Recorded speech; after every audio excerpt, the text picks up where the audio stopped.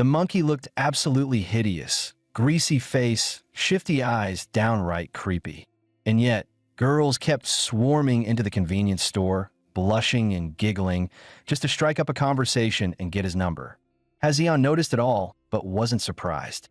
Because to ordinary people, that monkey didn't look ugly at all. In fact, he appeared as a bright, handsome young man. Over time, Hazian began to notice something odd. Beastmen had quietly infiltrated human society. They disguised themselves flawlessly, blending into jobs and everyday life without raising suspicion. Fearing trouble, he pretended not to see anything. But today, just as he walked out of the store, the monkey cast a knowing glance in his direction.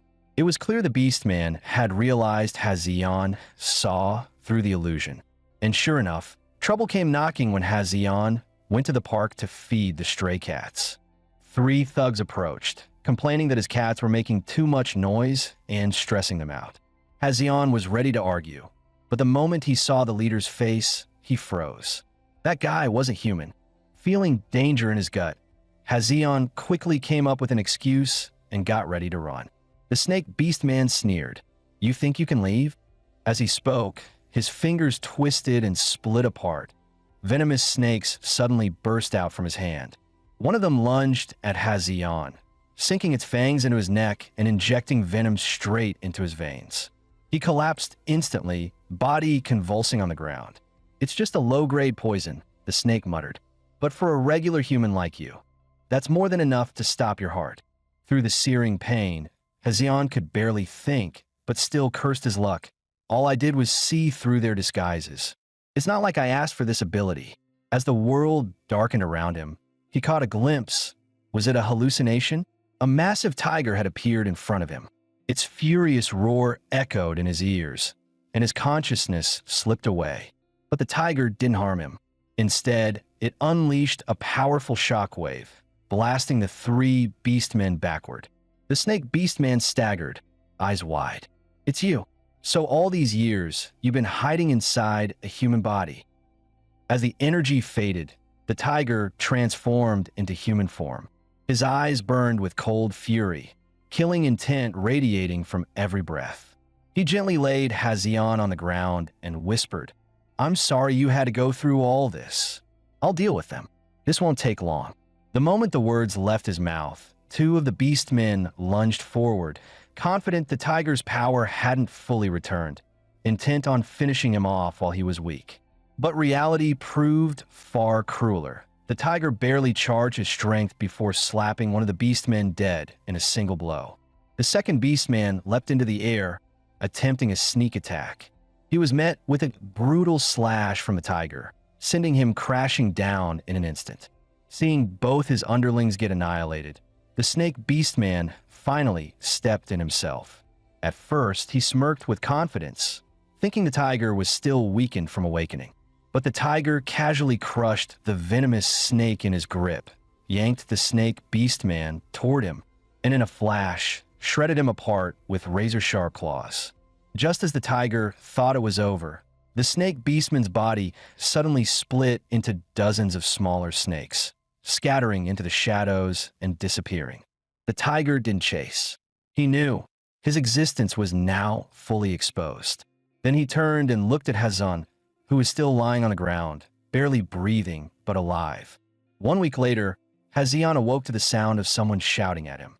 A blond guy stood at his bedside, wearing his clothes and complaining that since he was awake, he'd better get up and make breakfast. "I have a name, you know. It's Hazian. And why don't you make your own breakfast?" Ever since that night, the tiger had been living in his house. He called himself Hanyu, supposedly the protagonist of some ancient legend Hazian vaguely remembered. But instead of being majestic like a mythic beast, Hanyu had an oddly adorable side, typical of a feline. Carrying 2 freshly fried eggs, Hazian walked out of the kitchen, only to find Hanyu fighting his cat over the food bowl. The tiger seemed genuinely confused. Why waste food on such a useless, non-combat creature? Hazian watched the battle between the little cat and the big one, a twitch forming on his forehead. After breakfast, Hazian finally asked, "Hanyu, what happened that day? That snake beast, it looked like he knew you." Hanyu didn't answer right away. Instead, he fell silent for a moment, then suddenly slashed out with one claw, tearing through Hazian's shirt. Hanging from Hazian's neck was a jade pendant, his mother's keepsake. It was the very pendant Hanyu had been hiding inside all along. Hanyu gripped his shoulder firmly. "From now on, never take this pendant off," he said gravely. "Trouble's coming." Later that day at school, a new transfer student arrived in class. His name was Yango. He was short and unimpressive. The other students barely paid him any attention. But the moment Hazian saw him, a chill crept down his spine. He knew instantly this guy wasn't human. During break, Yango accidentally bumped into the school bully in the hallway. The big guy snapped and declared he was going to teach him a lesson. He and his gang dragged Yango away. Hazian's friend, Na, happened to witness it and secretly followed them up to the rooftop. Up there, Yango simply patted the bully's shoulder and said calmly, "It's my first day here, so I'll let you off easy for now." The bully took it as mockery and grabbed Yango, ready to punch him. But Yango turned around with a gentle, friendly smile. In that instant, an icy dread shot through the bully's entire body. From the perspective of his lackeys, the bully didn't lay a hand on Yango. Instead, he grabbed a nearby bench and started swinging it wildly at his own teammates. He went berserk, beating them senseless within seconds. When Na finally peeked around the corner, all she saw was Yango standing amid the chaos, his smile gone, replaced by eyes as cold as hell itself. Na was completely shaken.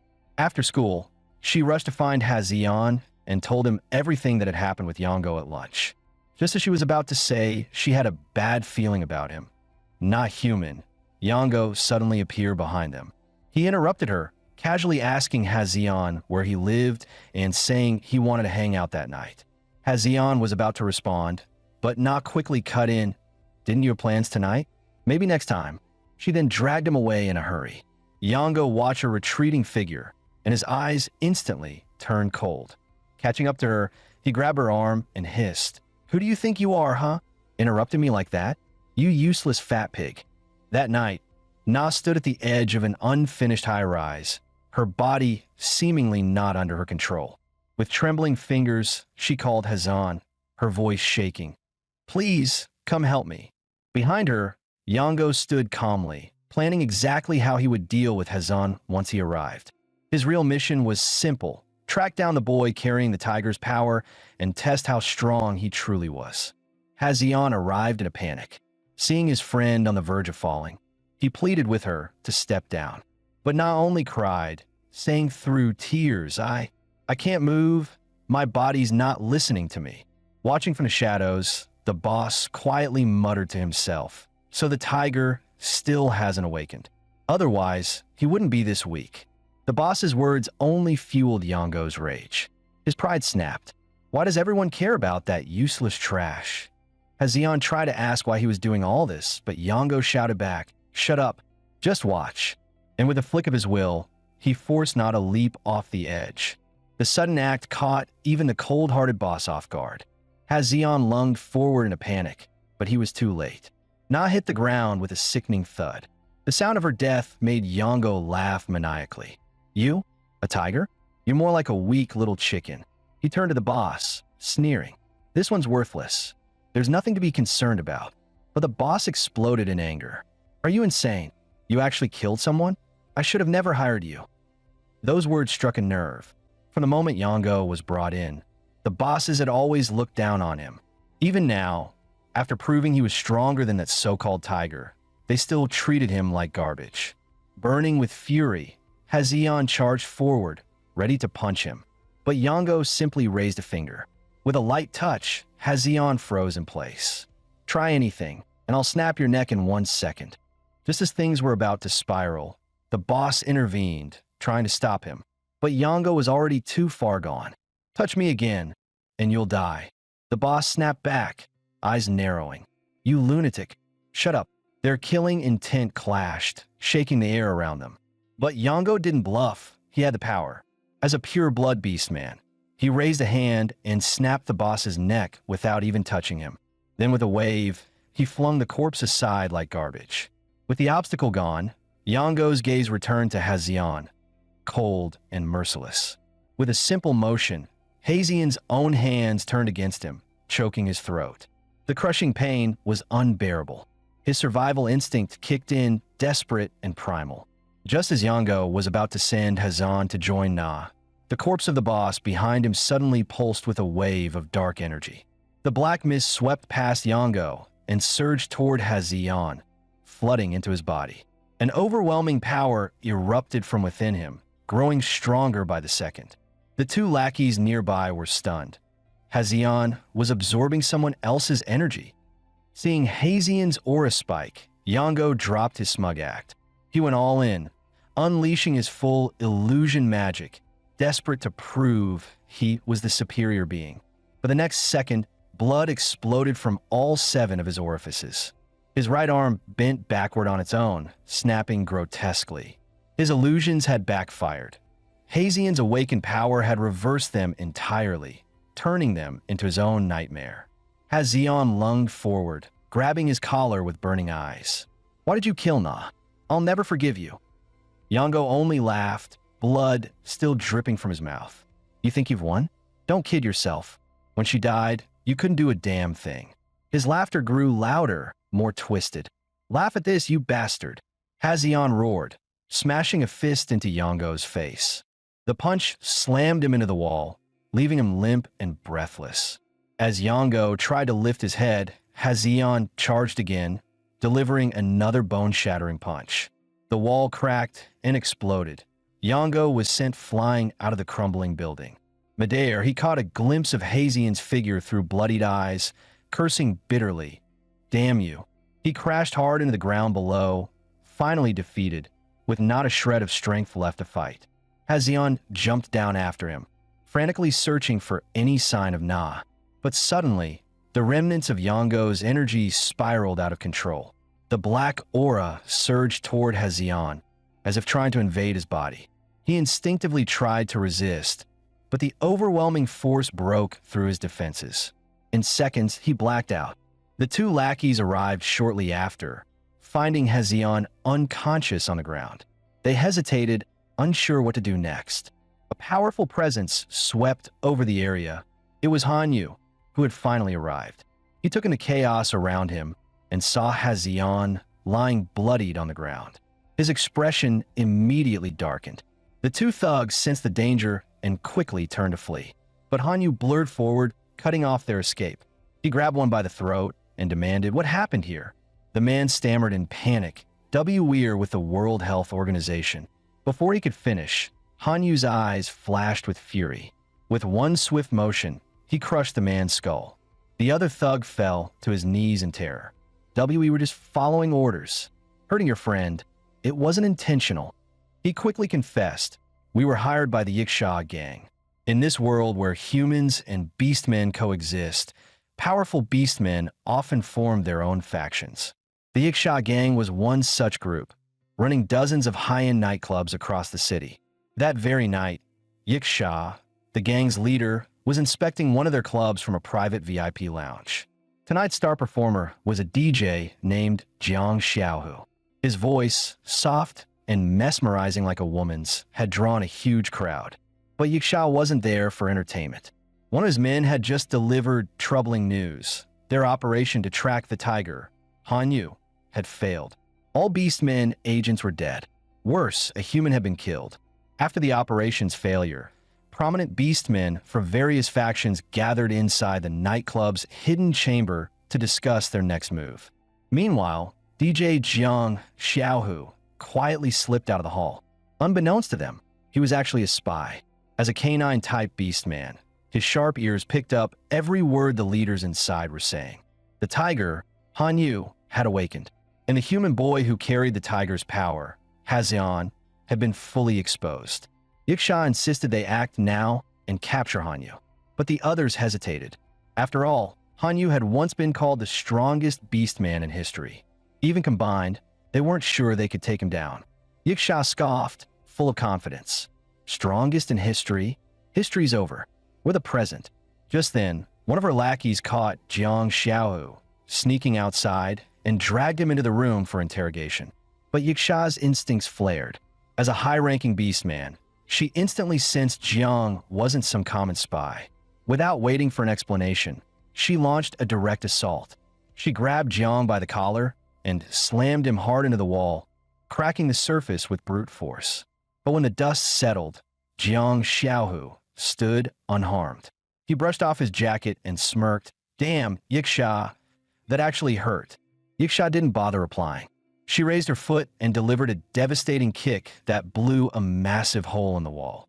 Jiang Xiaohu seized the opening, dashed outside. He had what he came for. No point sticking around. He bolted at full speed. With a leap, he shattered a window and landed on the bustling city street. He assumed the public setting would stop Yiksha from chasing him, but he underestimated her. Yiksha didn't care about witnesses. She launched an attack right in the middle of the road. Seeing the situation escalate, Jiang Xiaohu stopped holding back. He spun, created distance, and shouted, "My turn!" Flames burst from his body, and he hurled a blazing crossfire ball straight at Yiksha. The explosion roared to life, engulfing her in searing flames. But to Jiang's shock, Yiksha stepped through the fire almost unharmed, just a few minor burns. That attack finally jogged her memory. She recognized him, not just a DJ, but a known beast man in the underground circles. Codename, Nine-Tailed Fox. Meanwhile, inside a nearby vehicle, a covert team from the National Security Bureau had been watching the entire confrontation. They later escorted Hazian back home. In his dreams, he saw Na over and over again, reaching out, trying to save her. But each time, he would jolt awake before he could. Hanyu was seated beside him, calm as ever. "Still early," he said. "Get some more sleep." Hazian ignored the advice and asked quietly, "Yango, those beastmen, what are they really?" He recalled that when he was young, he'd occasionally see things others couldn't. And every time, his mother would smile and say, "They're friends of humanity. There's nothing to fear." But now, after facing the venomous snake monster, Yango, and that ruthless trio, all he felt was fear. "Hanyu," he asked seriously, "you know something? What is really going on?" But Hanyu didn't answer right away. Instead, he calmly asked, "Where is your mother now?" When Hazian quietly said his mother had passed away, Hanyu pulled out the jade pendant and asked, "What did she say when she gave this to you?" Hazian replied, "Honestly, she told me it was a protective charm and that I should never take it off." Hanyu's expression darkened. "In that case, I need to pay your mother a visit."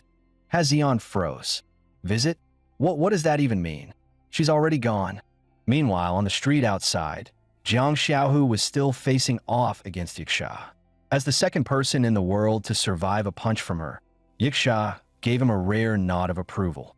"You're interesting." Jiang smirked. "Now I really want to spar with that first guy." The remark made Yiksha snap. You're not even worthy of carrying his shoes." She unleashed her energy without hesitation.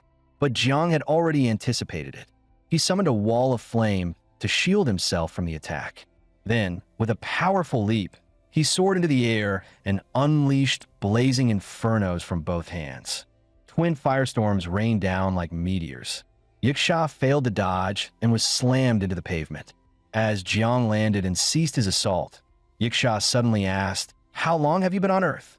Jiang replied casually, "Haven't really kept track." Then his tone sharpened. "But I've been meaning to ask, your master, what exactly is he planning?" Jiang Xiaohu's mention of Yiksha's master ignited her fury. "You even know about him?" she snarled. "I'm taking you down tonight." Just as the tension peaked, a National Security Bureau team arrived on site. Guns drawn, they shouted, "Freeze!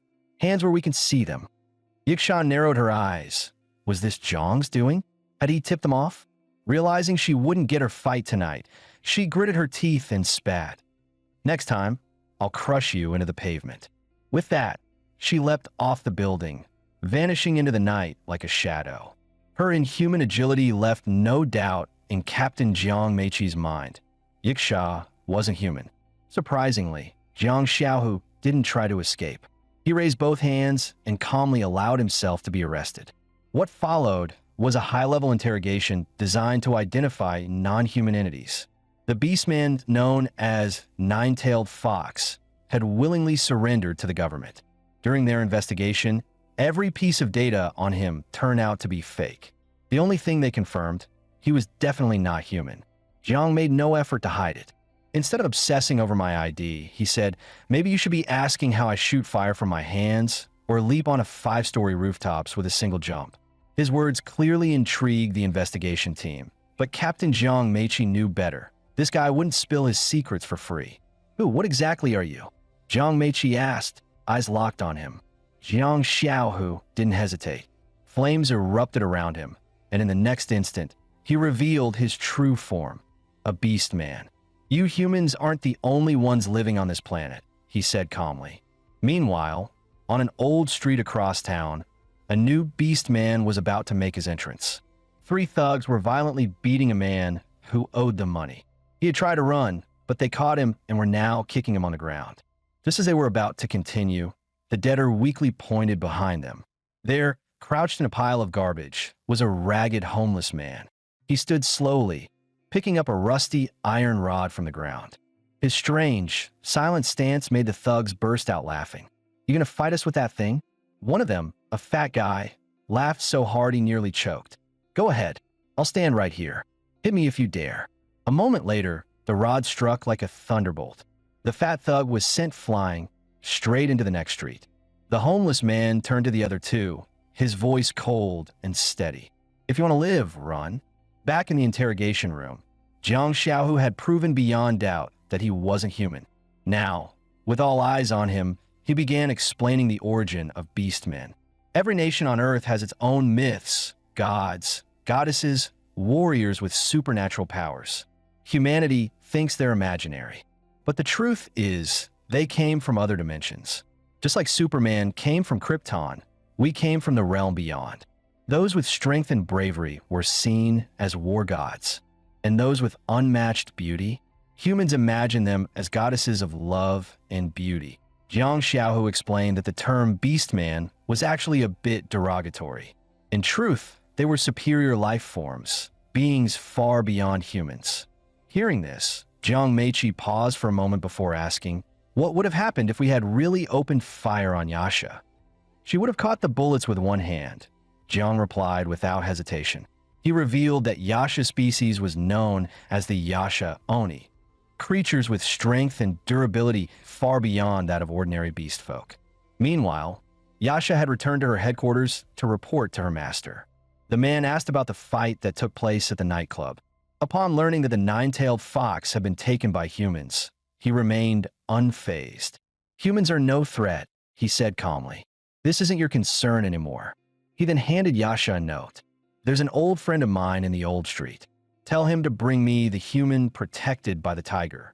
After Yasha departed, a mysterious figure appeared behind the man, calling him by name. Still the ever-loyal servant of Lord Qilong, aren't you? The man didn't deny it. Yasha is my right hand, my most trusted shield. He was referring to the Horned King, a mythical warrior who now lived as a beggar in the slums. Whenever danger threatened the local residents, he would rise without hesitation, his iron staff having driven off countless thugs over the years. But just after completing a routine patrol mission, the Horned King received an unexpected visitor in his territory. A high-ranking warrior from the Yasha clan came seeking his help to track down a certain individual. One look, and the Horned King realized the target was one of their kind. 3 days later, he boarded a high-speed train bound for the outskirts, ready to fulfill the request. Meanwhile, Hazian and Hanyu were riding that very train, casually discussing their plans to return home. Hanyu had decided to visit Hazian's hometown to uncover why the pendant that sealed him for millennia had ended up in Hazian's mother's possession. Unless I figure out what happened during those 5,000 years I was gone, Hanyu declared, I'll never be able to love this world. Hazian rolled his eyes as he watched Hanyu stuffing his face with potato chips. Oh please, he scoffed. You're already obsessed with this world. He then brought up the strange power he had unleashed during his fight with Yonghao. No matter how many times he had tried since, he couldn't summon it again. Could I be a beastman too? He wondered aloud. But Hanyu quickly shot that idea down. Your weird power probably came from the pendant. No way you're a beastman. Come on, he added with a smirk. What kind of beast man can't even open a bag of chips? Suddenly, Hanyu turned his head sharply, his aura flaring with hostility. He had sensed something. Another beast man had entered the train car. Hanyu immediately sensed the hostility radiating from the intruder. The Horned King, acting on some unknown reason, had agreed to Chiron's request. He came to capture the person Chiron had set his eyes on. Realizing the fight was inevitable, Hanyu turned to Hezion. "Get off this train. You'll only get in the way." Hezion glanced at the window wide-eyed. "Are you kidding me? The train's moving at full speed."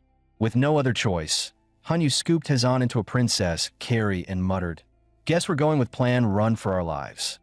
But before he could even take a step, the Horned King appeared behind him, swinging his iron staff down with crushing force.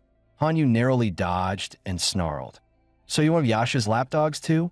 He retaliated instantly with a fierce strike, Tiger's Fong to the chest, then followed up with a brutal kick, sending the Horned King flying out of the train.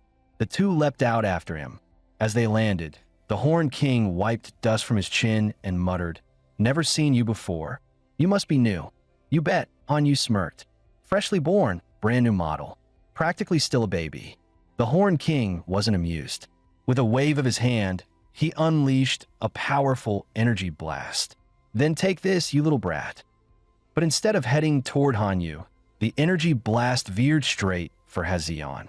In a flash, Hanyu jumped in and shielded him. Taking advantage of the distraction, the Horned King rammed into Hanyu, sending him crashing to the side. Without hesitation, he launched into the air, unleashing a double dropkick aimed straight at Hanyu's face. Regaining his footing, Hanyu growled, "Really? Picking on a defenseless human? Aren't you ashamed?" But the Horned King didn't flinch. Hezion was his real target all along. That revelation left Hanyu stunned for a second, just long enough for the Horned King to charge again, swinging his iron staff. The endless barrage of cheap shots was starting to get on Hanyu's nerves. With a low growl, he shifted into his true battle form. It was time to get serious. The Horned King met the transformation with equal fury. "Don't underestimate me," he roared, hurling his bat forward with full force. But Hanyu's tiger-like agility made him a blur, dodging every strike with ease, like a big cat toying with its prey. Before the Horned King knew it, Hanyu was already behind him, channeling raw energy into his claw for a devastating strike. With a swift slash, Hanyu unleashed a claw strike powerful enough to cleave through stone. The attack left a bleeding gash across the Horned King's face. His clothes were shredded, and his body crumpled to the ground, defeated and motionless. After the fight, Hanyu struck a dramatic pose, grinning smugly. "Damn, I look good. I could totally fall for myself." But Hezion quickly called out, warning him to be careful. Just then, a speeding bullet train roared past. Still mid-pose, Hanyu got slammed against the front windshield like a squashed bug. Hezion stood frozen, staring blankly as Hanyu was sent flying. Before he could react, the supposedly defeated Horned King rose to his feet again with a sneer. Well, you just saved me the trouble, kid." Back when he first spoke to Yiksha, she had warned him. Though the human had powerful protection, he himself was no pushover. In fact, in some ways, the kid might be even more dangerous than the tiger. Now, the Horned King clamped a hand on Hezion's shoulder, smirking. "Let's see what you've really got." Without waiting for a response, he smacked Hezion across the face, blood instantly pouring from his nose. But Hezion didn't back down. He grabbed the Horned King's hand and bit down hard. Unfortunately, to the Horned King, it felt more like a tickle. With one swift motion, he backhanded Hezion and sent him flying. Realizing he couldn't win, Hezion did the only thing he could: run. But the Horned King caught up in seconds, slamming him to the ground with a brutal swing of his iron staff. Not wanting to risk anything, the Horned King decided to take Hezion away right then and there. He grabbed him like a rag doll and dragged him across the ground. Humiliated, Hezion could barely contain the rage burning inside. He used to be just a regular student. Now his life was in shambles, hunted by monsters, stripped of everything. What did I do to deserve this? He thought. Why does this world want to crush me so badly? That fury ignited something deep within. The strange power that had once surfaced now began to rise again, triggered by the jade pendant on his chest. Meanwhile, outside the tunnel, Hanyu was racing back with urgency. Hazian's anger boiled over as the pendant erupted with overwhelming energy, sending shockwaves that made the Horned King's eyes go wide with fear. Hanyu could feel the surge from a distance. It was unmistakably Hazian's power. Then, with a slow raise of his left hand, Hazian made a simple, pinching motion in the air. Out of nowhere, an invisible force clamped around the Horned King's throat. With a subtle twist of his fingers, Hazian snapped the Horned King's arm like a twig. In that moment of agony, the Horned King's mind was filled with flashes of his life. Every instinct screamed the same thing. He was going to die here at the hands of this human boy. The Horned King had come into this world seeking redemption. Those who had lost their health, those whose hearts were wounded. He had helped them quietly, one by one, try to make amends for the sins of his past. But now, was this where his redemption ended? Before he could dwell on it, a bullet train came roaring past, shattering the heavy silence. Thankfully, his reflexes kicked in just in time. He leapt to the side, dodging the oncoming train by a hair's breadth. At that very moment, Hanyu burst onto the scene. "You must have a death wish," he growled, eyes blazing. "Laying a hand on a kid? You disgust me." Meanwhile, in a distant underground lab, Xielong and Yiksha arrived together. Determined to uncover the truth behind Hazian's power, Xielong had summoned the Beast Folk's top scientist, Dr. Baiha. Baiha had extracted DNA traces left behind by Hazan during the nightclub battle and synthesized them into a special serum, which was then injected into test subjects. The results were beyond anyone's expectations. Beast folk who received Hazian's DNA serum experienced massive boosts in stamina and raw strength. Xielong was thrilled by the potential, but the enhancement came with a price. Once the effects wore off, the subjects collapsed into a state of intense weakness, needing a full day to recover. The only way to maintain their enhanced combat strength was to keep harvesting Hazian's power. That's why every beastman had been sent to hunt him down. However, there was one anomaly among them.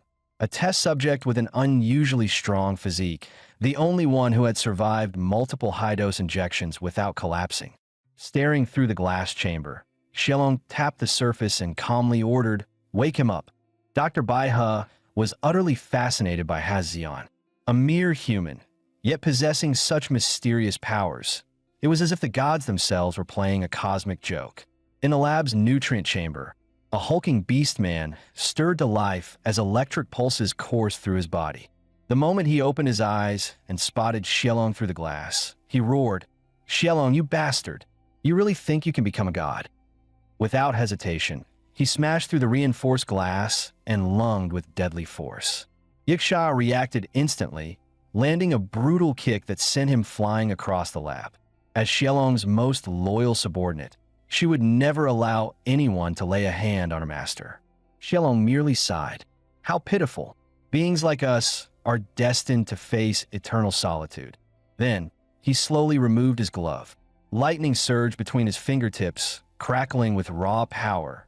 With a single strike, he reduced the mighty beastman to a charred husk, incinerated before he could even scream. Turning away, Xielong muttered to himself, "I don't want to become a god. I want to challenge the gods." Back with Hazian and Hanyu, things were far less dramatic. Hanyu was currently in an intense battle of wits with a gang of seagulls, defending his precious box of fries. The more he tried to hoard them, the more aggressive the seagulls became. One particularly bold bird even rewarded him with a steaming pile of, well, seagull justice. Hanyu glared at the feathery offender, eyes twitching. "Give me one good reason not to turn you into fried chicken." Not long ago, Hazian made a difficult decision. He chose to let the Unicorn King go.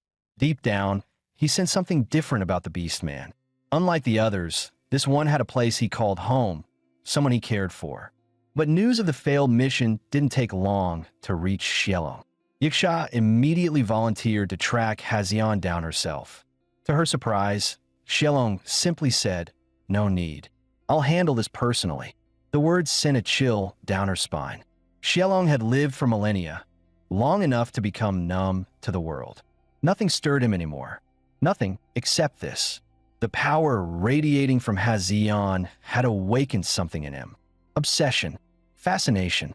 Meanwhile, Hazion and Hanyu had arrived on a remote island, surrounded by fields of wildflowers. This was Manhwa Island, the place where Hazion once lived with his mother as a child. But those memories were hazy now, and the island felt different, eerie even. The warmth was gone, replaced by a chilling silence. They followed the overgrown trail, step by cautious step, until they found the house. Or what was left of it. The cozy home from Hazion's past was now nothing but a decaying ruin. Hanyu noticed something was off. The trees nearby bore massive damage, the kind no human could ever cause. He turned to Hazion and asked, "What did your mother do exactly?" "She was a well-respected shaman," Hazion replied, known throughout this region. But later, some claimed she had revealed forbidden truths. As he spoke, a sudden pain shot through his head. Something felt wrong. He couldn't remember how his mother had died. A hazy image came to mind, a man descending from the skies, summoning lightning, destroying his home. But the man's face was a blank. Sensing his distress, Hanyu quickly urged him to stop remembering. Then, he turned sharply and shouted toward the woods. "Enough sneaking around. Show yourself." A white-haired man poked his head out from behind a tree, chuckling. "Impressive. Not many can detect me when I'm hiding like that. You two are pretty bold, huh? What? Treasure hunting on a cursed island?" The man leaped onto a crumbling balcony above, facing away as he spoke. Imagine that. A beast man, here of all places. Hazion stared at him intently. Something about this man felt familiar. Had he held his hand once long ago? "Who are you?" Hazion demanded. The man turned, grinning as he landed softly before them. "You really want to know? Then beat me, and maybe I'll tell you." The white-haired man cracked his knuckles and sneered. "You're just a snot-nosed brat. What makes you think you can take me on?" That jab instantly got under Hanyu's skin. "Brat? I may look young, but I've lived far longer than you. Show some respect." Without another word, Hanyu lunged forward and launched a swift attack. Within just a few exchanges, his tiger-like agility left several wounds on the older man. Yet the man remained composed, even smug. "Fast, sure, but your footing's off and your strikes lack bite." Hanyu grinned. "Then get ready to witness the strength of a true king of beasts." 3 seconds later, the man was stumbling, barely able to stay on his feet, though he still tried to act unfazed. "You're way too old to be acting tough," Hanyu taunted. The old man let out a hearty laugh and promptly collapsed. Just as Hazion and Hanyu moved closer to check on him, the man suddenly lifted a single finger. In an instant, several massive wooden spikes burst from the ground, striking Hanyu. Though he dodged the worst of it, the impact still left him grimacing in pain.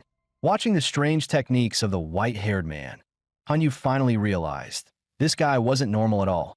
Just as tension between the two was about to erupt into another fight, Hazion suddenly blurted out, "Wait, are you the Earth Guardian?" The man froze, genuinely surprised. He fumbled with his words, clearly flustered, muttering something about thinking they already knew. As he tried to explain further, he stumbled and fell again, confirming Hazion's hunch. This man was indeed the Earth Guardian from her childhood, the one who knew her mother and had held her as a baby. Overwhelmed by emotion, the Earth Guardian pulled Hazon into a hug. "It's been so long, Hazion. I've been waiting for you." Soon after, he led Hazion and Hanyu into a hidden cave. Inside, they found an altar with incense burning for Hazion's mother. After paying her respects, Hazion followed him to a small home nestled within the rocks. It was the Earth Guardian's dwelling. While tending to his wounds, Hazion listened as he recounted the past. For the past 10 years, he had been bound to the island, unable to leave, and had devoted himself to constant cultivation. But Hazion's return had brought a ray of light into his long dark solitude. Hazion seized a moment to ask about her mother. Her memories were a jumbled mess. Only fragments remained. A stormy night, a thunderbolt crashing down on her home, and a mysterious man standing in the heart of it all. The Earth deity fell silent for a moment before slowly recounting the events of the past. It turned out that even back then, Qilong had his eyes on the jade pendant I carried and launched an attack on Hunter Blossom Island.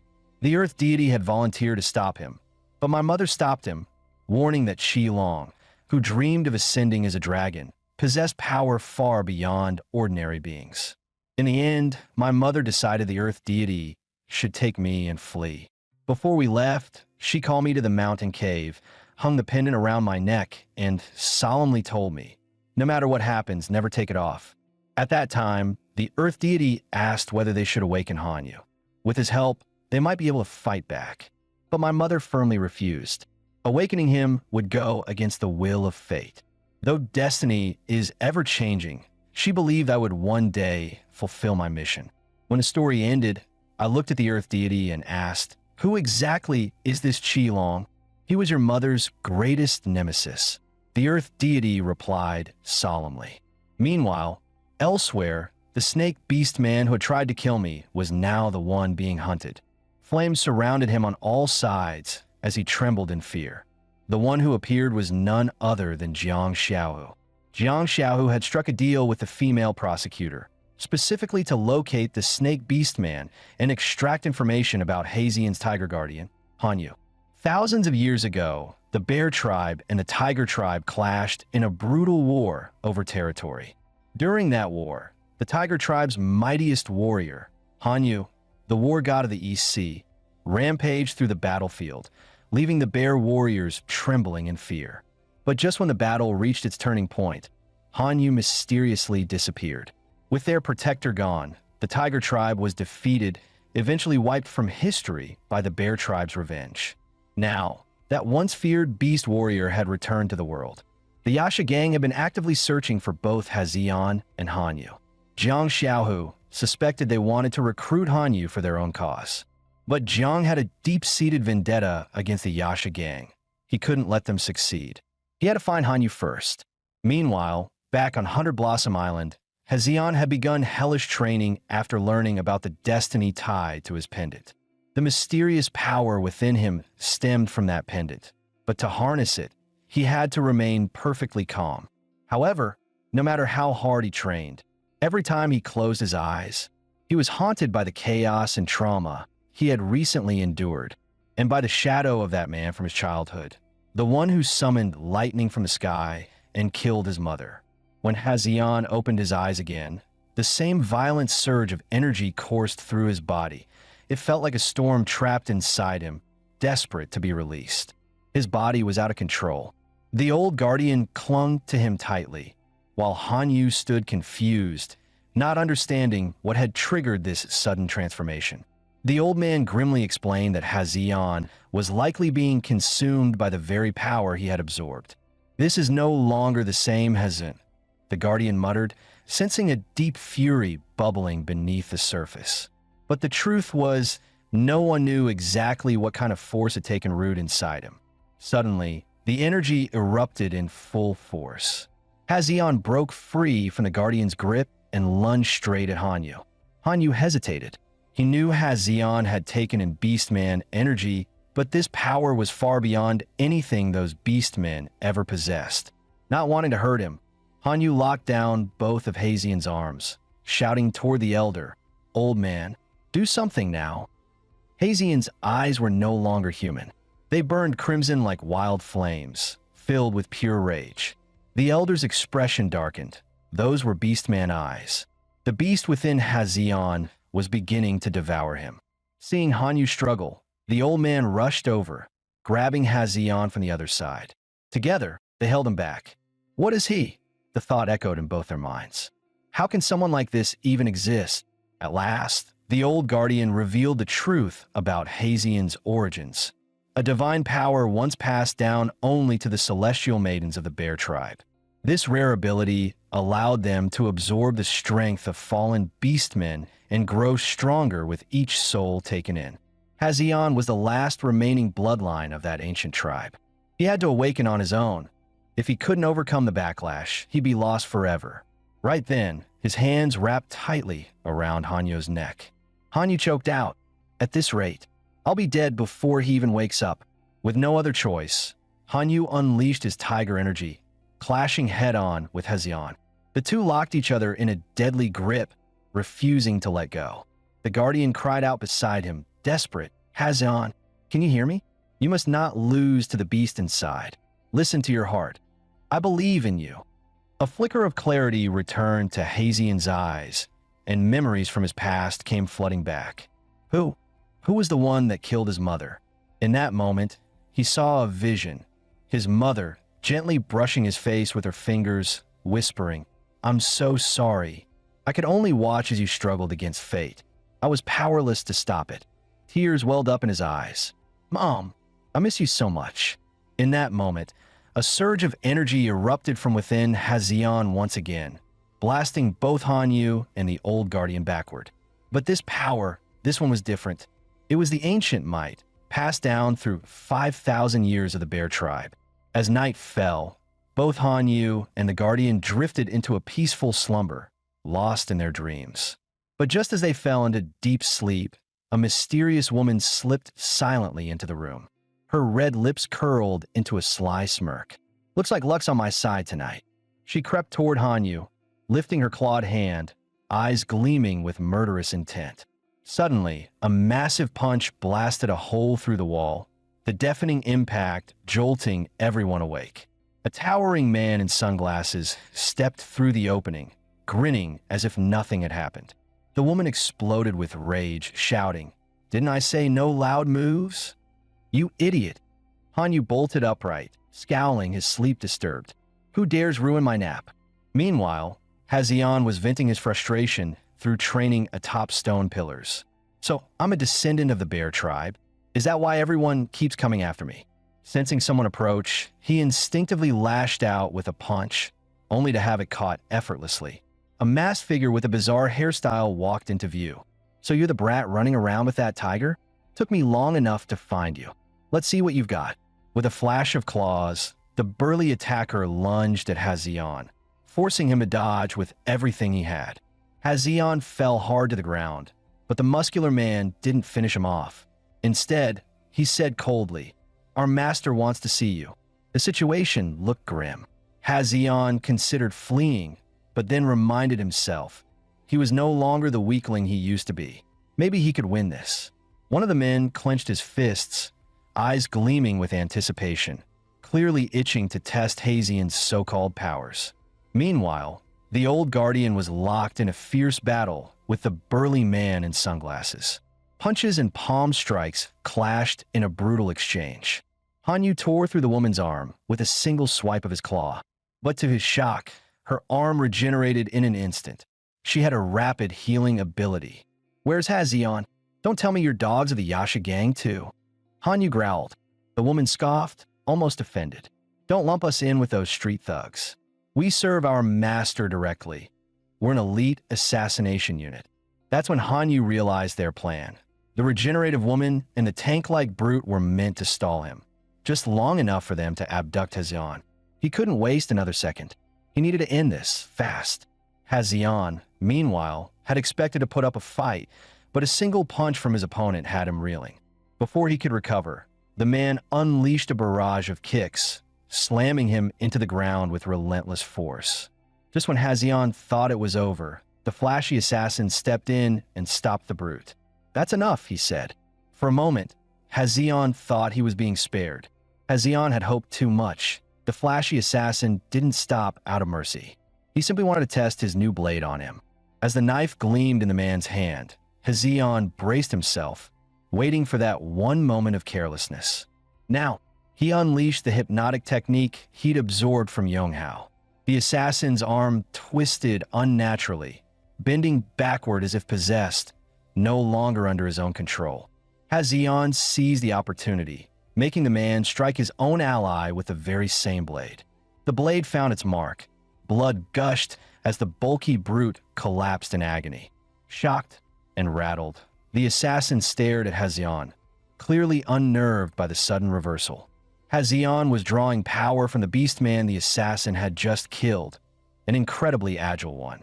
With his energy now flowing through Hazian, dodging became effortless. Every strike from the assassin was met with a graceful step back. Hazian was buying time, charging up his next move. Then he leaped, With a sharp roar, he clenched his fist and launched a brutal punch straight at the assassin. The man flew more than 10 meters before crashing hard, visibly shaken by the sheer force. At last, the enemy understood. Hazian's true power was his ability to absorb Beastman energy and make it his own.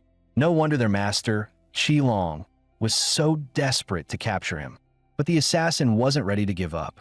Enraged and humiliated, he vowed to tear Hazian apart with his bare hands.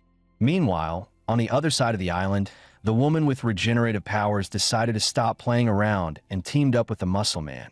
One by one, they'd take their enemies down.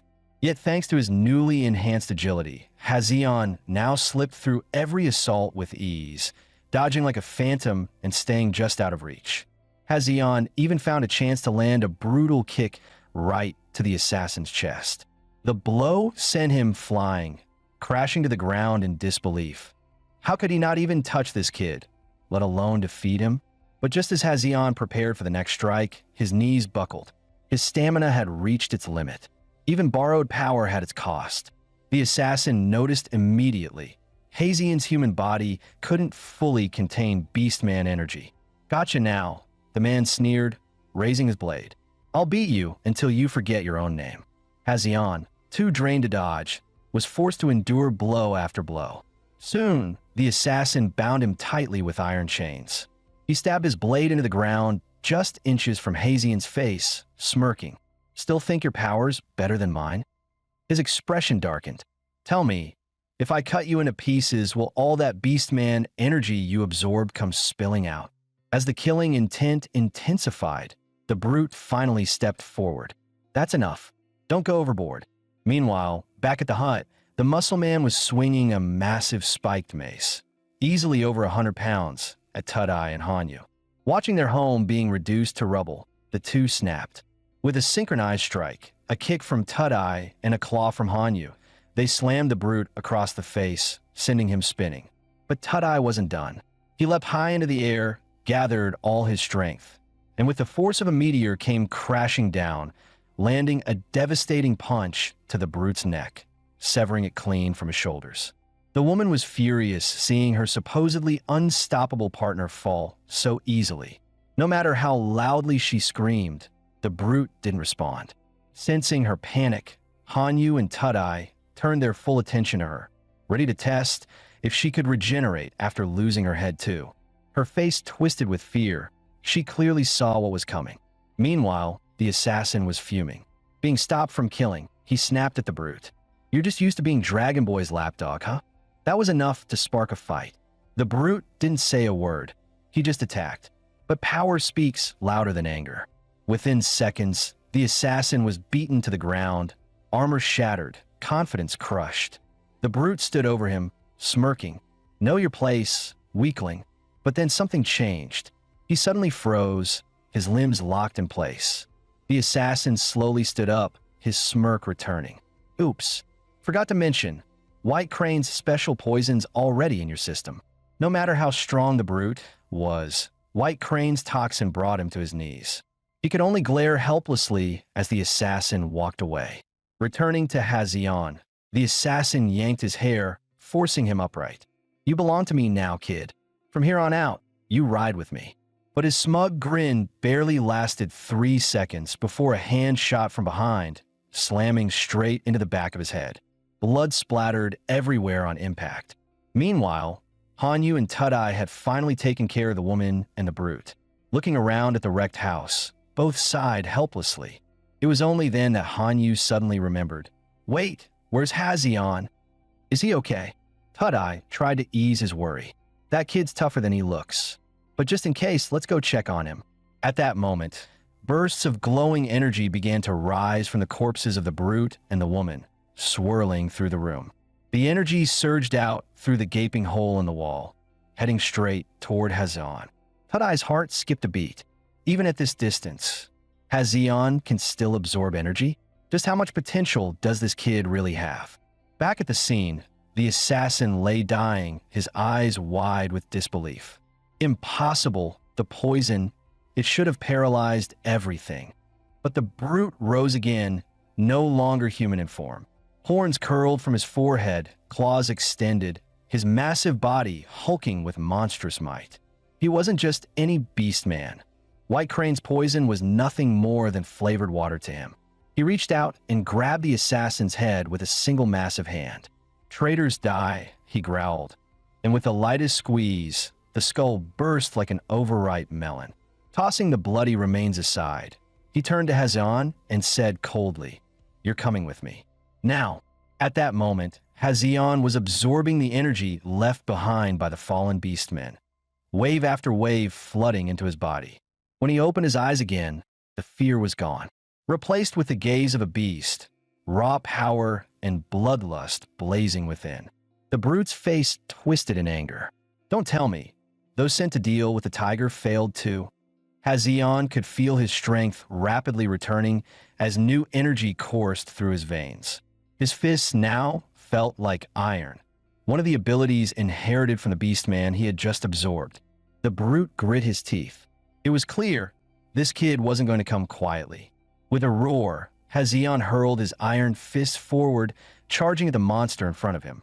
Meanwhile, Hanyu and Tudai sprinted toward the scene, moving like lightning. Hanyu's face was full of worry. Tudai followed close behind. "He'll survive," he muttered, "but his powers, they're still unstable. Too unpredictable." And he was right. Hazion's mighty punch was caught mid-air by the brute, who then slammed him down hard into the ground.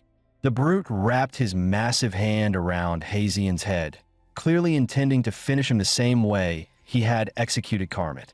But he hesitated. He had orders. His master still needed Hazion alive. So instead, he growled, "Stop struggling. Come with me quietly. Lord Qilong is waiting." But Hazion wasn't someone who would surrender so easily. At the mention of Qilong, his eyes widened. So, he's the one behind all this. That name triggered something in him. A surge of power flared from within as Hazion grabbed the brute's arm with renewed strength. "You really think you can beat me?" the brute scoffed. Without a word, Hazion summoned a storm of flying blades, one of the skills he had inherited from Karmat. He locked the brute's arm in place, forcing every single dagger to hit its mark. But this wasn't just any beast man. With a roar, he expelled all the blades from his body in a burst of raw energy. "You think cheap tricks like that can hurt me? You're nothing." "Then try this," Hazion snarled, seizing a blade and plunging it straight into the brute's chest. Hazion grabbed the iron chains left behind by Karmat and tightly wrapped them around the brute's legs. Seizing the moment, he drew back his iron fist and slammed it into the brute's face with everything he had. The hit landed perfectly, so hard that the brute's fangs shattered into pieces. Not taking any chances, Hazion followed up by pounding the blade deeper into the beast's heart. Still not satisfied, he unleashed a flurry of punches, pounding the brute's body like he was tenderizing meat. His fists eventually cracked under the force, but to his shock, the broken bones started healing right before his eyes. As he paused, stunned by his newfound regeneration, the brute stirred again, still yelling, "You can't hurt me." Hazion had had enough. He lowered his head and rammed it straight into the brute's skull. Over and over, bone met bone, blood splattering with every impact.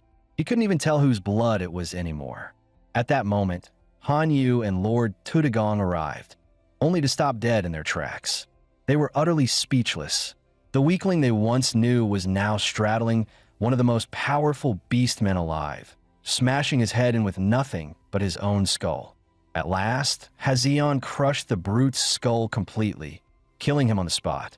The residual energy from the beastman's body surged out, and Hazion absorbed it all. Meanwhile, the defeated Unicorn King returned alone to his dilapidated community.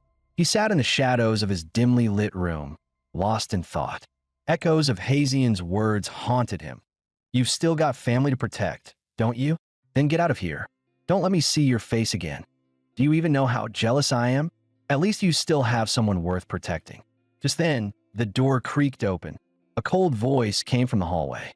"Someone wants to see you." It was Chiron and his crew. Most likely, they were here because Unicorn King failed to capture Hazion. Unicorn King said nothing. Chiron stepped forward, casually introducing himself. "I'm Chiron. I came to ask you something. That beast man you were tracking, the high school kid, where are they now? I don't know. The Unicorn King replied flatly. I lost a Hazion. Took a heavy beating. Seeing he wasn't getting any useful info, Chiron shifted the topic. Why'd you take in so many beast men? Got a plan? Unicorn King visibly tensed. He snapped. There is no plan. They're just broken people, mentally and physically. I gave them shelter, that's all. Not all beastmen live like royalty. People like you, high and mighty, will never understand what we go through. Chiron remained unfazed, his voice calm and detached. Oh, I understand. That's precisely the problem. Even beastmen, Chiron said coldly, should only have the life and status that match their abilities. He then declared he'd be taking all the beastmen Unicorn King had sheltered.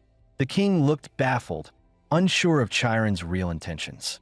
You say you have no plan, Chiron continued, which means they're useless to you, aren't they? Then I'll take them and give them a brand new purpose. Rage and helplessness welled up inside the Unicorn King. But alone, injured, and outnumbered, he stood no chance. Chiron's men immediately moved out, dragging every beastman from the shelter out into the open. With a smug smile, Chiron feigned concern. Relax. I'm just relocating them to a safe facility, under special supervision. Watching his people treated like prisoners, the Unicorn King snapped. He lunged forward, aiming a desperate kick at Chiron. Yiksha stepped forward, ready to strike, but Chiron raised a hand. No need. I could use the exercise. He casually sidestepped the attack and muttered, that kid and the beast man. They're on a small southern island. His mother's buried there. Hearing that, the Unicorn King's fury boiled over. They already knew everything, yet still played games to test him.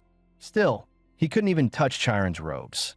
Chiron sneered, confused why a beastman would show loyalty to a mere human.